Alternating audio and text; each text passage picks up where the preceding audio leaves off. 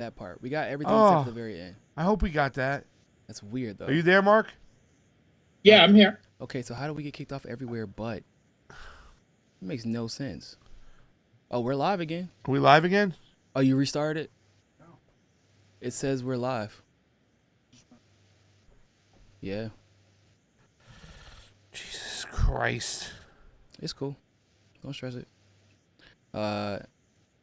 We can wrap it up so you can cut it up for later. Yeah, I guess. That's good, bro. Don't stress it. I know. Mark? Do you want to finish, or Yeah, can we not? We're going to wrap it up, so we're going to repost it, Okay. the video later. Go ahead. All right. Hold on a second when we get back in. All right, we're back in. All right. Ladies and gentlemen, sorry about the delay. We're back in. Marks, you were talking about pretty much what's going on with Idlib and the fact that Erdogan, and I believe you used the term, neo-Ottoman delusion that he has, and why he's doing this, what his motives are for this continuation of the support of Al-Qaeda in Idlib and against. I think we should take Assad and Erdogan and just put them in a cage match, and whoever wins, that makes the decision on what happens in Syria. But go ahead and finish on up. Yeah, I'd rather put Putin in there, and I have no doubt that of what the result would be, considering Putin's black belt in judo. So, oh Lord, Jesus. Yeah. Are you there? What Erdogan wants is to force a type of weak federalization or structural system on Syria to accept proxy Islamist governments he set up in these areas in North Syria that would take fealty to him in Istanbul, right? Kind of a self-styled sultan reborn.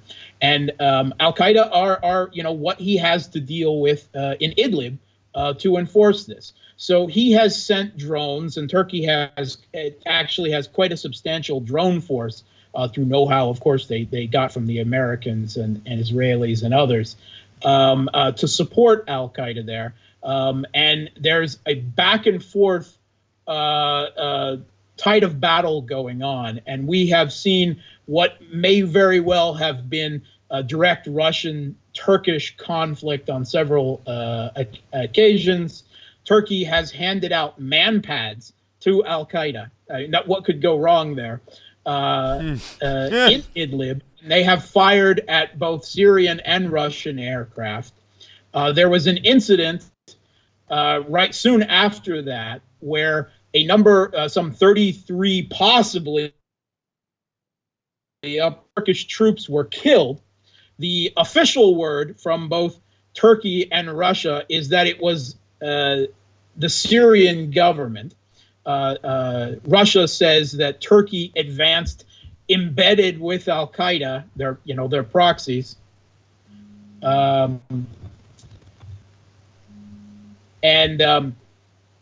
They that they were received artillery shelling from Syrian government troops because Turkey didn't notify Russia of where their location was. Turkey denies the particulars of that, of course. But what probably really happened is that Russia conducted an airstrike on Turkish troops that were transporting weapons into Idlib, weapons and troops, and very possibly man-pads as well that were being used to target their aircraft there, conducting counter-terrorist ops. Russia decided to teach Erdogan a lesson. And although both countries now deny it, it's pretty much acknowledged among experts on both sides that that's what really happened. So we have seen direct Turkish-Russian military conflict that both countries are still trying to maneuver around, right? The Turks are allowed to kill Syrian government troops, but they're not allowed to kill Russians. Russians are allowed to kill all the jihadi proxies they want, but they're not allowed to kill Turks. Syrian government forces, meanwhile, can kill Turks and proxies, and Turkey's jihadi proxies can kill Russians, Syrians, and whoever they want. Those are kind of the rules of of the very convoluted and very dangerous proxy war that's going on right now. And a couple days ago, Erdogan's drones were doing very significant damage. It seemed that Russia had stood aside, something that Erdogan has demanded he do. And then after a seemingly 48 hours where either there was some disagreement in Russia about how to respond to Erdogan's escalation, he's moved some 10,000 Turkish troops and several thousand pieces of military equipment, tanks, artillery pieces, so forth, into Idlib to back up al-Qaeda there. But Russia re-entered the fray with airstrikes. The Syrian government has recovered territory that they lost a few days ago, and there's a bit of a back and forth now. Yeah. Russia's bringing in electronic warfare devices, something they're very advanced in, more advanced than the U.S. actually, and using it to block Turkey's drones. And they had already instituted a no-fly zone over Idlib. Now it looks like it's being extended to Turkey's drones as well. So it is a come and go conflict. There is certainly no immediate victor right now in what's going on in this battle in Idlib. And Putin and Erdogan are supposed to meet in just a couple days on March 5th. And both are looking at the battlefield as some type of leverage going into those negotiations that may very well, decide at least the short-term future of Idlib. Which I think will probably be Turkey forced to accept being moved back a step with their al-Qaeda proxies, and Syrian government at least firmly recovering the M5 highway, if not the M4, as Turkey should have fulfilled under the Sochi agreement over a year ago, which they never have. But it is very much, it's not a frozen conflict, it is a very hot conflict. And every day now, Turkish drones, Syrian jets are being shot down. Troops on both sides, proxies, official government are being killed. It's a real mess. And, you can't get by at the end that is al-Qaeda. There is civilian displacement. There is collateral damage, as there always is when you have entrenched jihadis in an urban area. It's a reality of modern conflict. It was the same thing for the U.S. clearing ISIS out of Mosul, out of Raqqa. They devastated those cities. There was huge civilian casualties and collateral damage. But when it's being used to clear al-Qaeda out of Idlib, suddenly Russia and the Syrian government are demonized and conducting mass slaughters and genocide, when the truth couldn't be, further from the truth. And the fact that the U.S., the Turkish governments never admit the obvious fact that it is al-Qaeda, Hayat Tahrir al-Sham all there. When they're talking about Russia's and Syria's counter-terrorist ops, tells you the type of prevarication that's going on about the reality of the situation there. Yeah.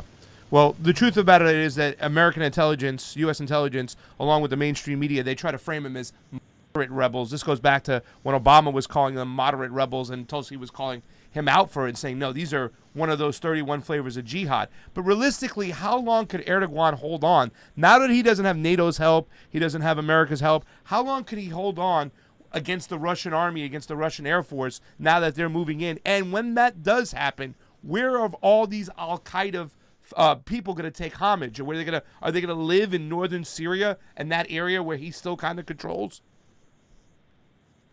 It's actually quite the opposite. Turkey has the military advantage in this situation. Russia do. Is still quite a distance away. Russia does not have the global projection military capabilities that the Soviet Union does. It has a much more focused regional defense military. Russia has no clear way by sea or directly by air, Turkey being in the way, to reinforce its relatively small military contingent there. While Turkey has, at least on paper, the second largest military in NATO, with some of the top U.S. And European military arms in its arsenal. It's the other way around. Actually, Turkey has the military advantage, at least in this particular theater. Yes. Russia's real advantage over Turkey is because Turkey depends on Russia for energy. It supplies most of Turkey's gas and oil, and also Turkey's tourism and agricultural industries are heavily dependent on Russia as consumers or as tourists. And the Turkish economy is in a very precarious situation, also facing U.S. sanctions, and with the lira spiraling down, he can't withstand that economic damage again. So Russia doesn't actually, if it came to a direct military conflict, which both sides are still trying to avoid, Russia would actually be in a losing position in that particular theater. Russia's trying to avoid it, trying to use maneuver. They're trying to maneuver Turkey out of Syria and out of support for jihadis rather than engage them in direct military conflict, because that would not be a winning situation for Russia. Although the United States would love to see Turkey and Russia go to war in Syria. They would love to see that happen. But neither Russia nor Turkey wants that reality of direct warfare at the moment, even though they are still locked in a proxy warfare against each other. Well, I guess it's long from being over. Mark, we know you got to get to work over there. Sputnik, thank you so much for joining the Convo Couch. We really do appreciate it. And say hi to those other Democrats abroad. Oh, wait, you don't speak to them anymore. Yeah. Sorry. In spirit, in sympathy. Dear sympathy. Go, Tulsi, go. Bernie, we'll take you. Kind of how I feel. Mark, thank you so much. Come back and join us soon. We'll talk a little bit more foreign policy. We always appreciate your insight. Great to talk to you, Niko. Hopefully we'll have a more we can talk again some other time, more back and forth. Oh, yeah, definitely. Look forward to having you on the show. Cool. We'll keep you updated, buddy. All right, so we're going to go on a quick commercial break. We're going to come back, and we'll get good luck more. tonight, guys. Good luck over there. Thank you. It is Super Tuesday. Got a lot going on. So what's that? We're going to go on break, and we'll be back in just a second.